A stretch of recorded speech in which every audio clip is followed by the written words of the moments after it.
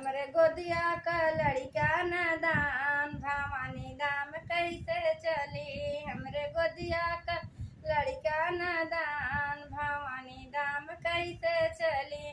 भौजी के कहली खाना बनवाइला, भौजी के कहली खाना बनवाइला, पापू बो के फोन करवाई द, पापू बो के फोन करवाई द।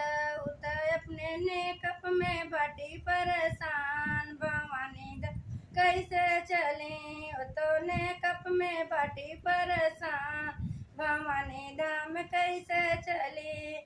हमरे गोदिया में लड़का नादान भवानी दाम कैसे चली। हमरे गोदिया में लड़का नादान भवानी दाम कैसे चली। सासू ननद से पटरी न खाला, सासू ननद से पटरी न खाला, देवर बड़ा बेईमान भवानी दाम कैसे चली।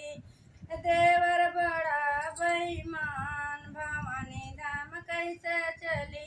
हमरे गोदिया में लड़का नादान भवानी दाम कैसे चली। हमरे गोदिया में लड़का नादान भवानी दाम कैसे चली।